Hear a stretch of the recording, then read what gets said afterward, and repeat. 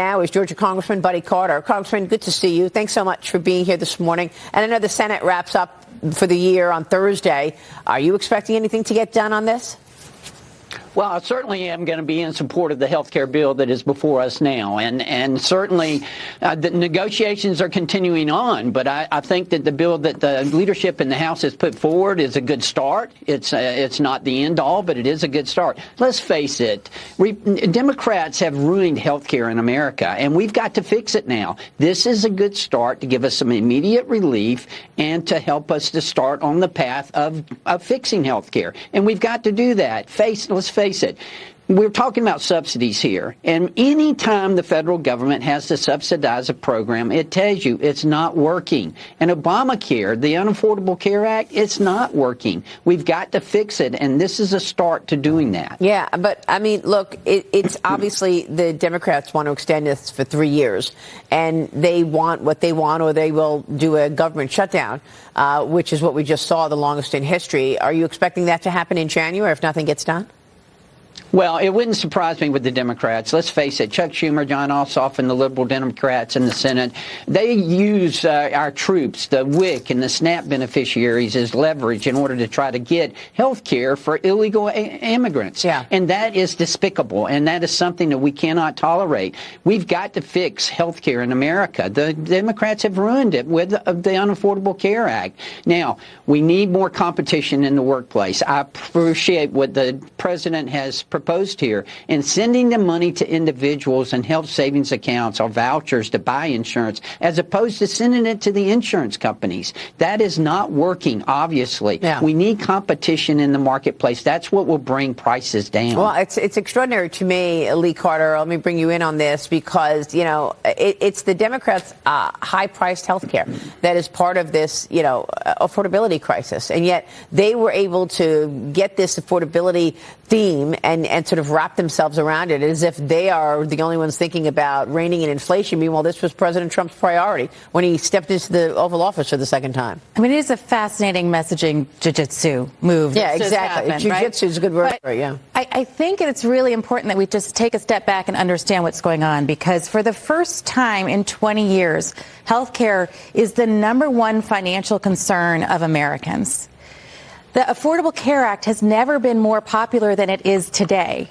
And so there is... How is it more popular? How has it never been more popular when it's so expensive? When you look at polling, it is fascinating. More than 60% of Americans say that it's a positive thing, and they don't know what the Republican alternative is. And so they're very concerned. When you ask who is going to be better for the economy or better for health care, Democrats win in polling, and Republicans are losing on this messaging. So my question really is, Congressman, how do you talk to Americans right now who are saying the Republicans don't have a plan, the Democrats' plan is better, and they're the ones that are going to get it under control? How do you explain what your plan is that's better than what's in place today? You explain it by explaining that it's not working. When the government has to subsidize a program, that means it's not working. Right now, the insurance companies are the only ones who are winning in this debate. And in Obamacare, the Unaffordable Care Act is ripe with waste, fraud, and abuse. The GAO, they entered fake applicants in there. 100% of them were accepted. 90% of them were still on the next year. And it's just ripe with waste, fraud, and abuse. We see where 58,000 dead people were getting subsidies. And then 7,000 of them before they even went on the plan. Yeah, it's a great point. It is just so ripe. Congressman, that's why I keep saying, I mean, you know, the Democrats' high-priced health care. It's amazing to me that you can't communicate this as Republicans and that they can win on this messaging issue of affordability. But look, I've got to move on. What is going on in this country? Rob Reiner and his wife murdered. We're going to get details on that when Cheryl gives us the headlines in a few minutes, because, of course, we know that his son is getting arraigned today. And then you've got Australia remaining in mourning after Sunday's massacre at Bondi Beach. We're now learning more about the terrorist links to those responsible. Officials confirming the father and son suspected gunmen were both motivated by ISIS ideology. Here's the Prime Minister of Australia, Anthony Albanese, earlier. Watch.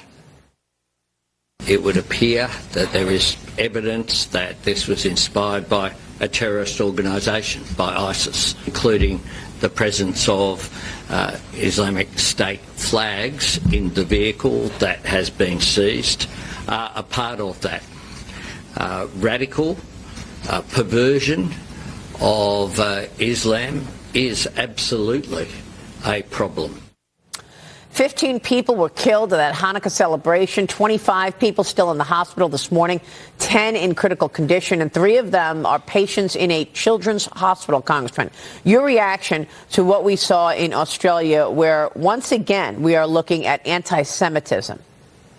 Well, first of all, I'm heartbroken that this has happened, and my thoughts and prayers go out to all of those who have been impacted. But I'm also outraged that anti-Semitism anywhere in this world is being tolerated. We cannot tolerate that. We've got to stop this. In God's world that He created for love, this has no place. I'm telling you, any religion that's being persecuted, any religion that's being that we're not accepting, that is not the way that we should be here in this world. It's terrible. I mean, look, and then we are also watching, of course, the Brown University story. Authorities released new video of a person of interest in the Brown University shooting.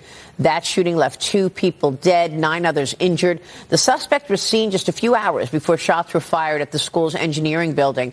The FBI now offering a $50,000 reward for any information leading up to the identification, the arrest, and conviction of this person or anyone responsible. Authorities say he should be considered armed and dangerous, Congressman. Are you surprised that this manhunt is still underway? Well, my thoughts and prayers, again, with the family and those. But, yes, I do hope and I have confidence that the law enforcement and the FBI, that they'll be able to find the persecutor here. And this is something that is very important because this cannot happen on our college campuses. It can't happen anywhere, but especially on our college campuses. We've got to get to the bottom of this. All right. We'll be watching all of that. Congressman, it's good to see you this morning. Thanks so much for joining us. Thank you. Buddy Carter joining us this morning in Washington.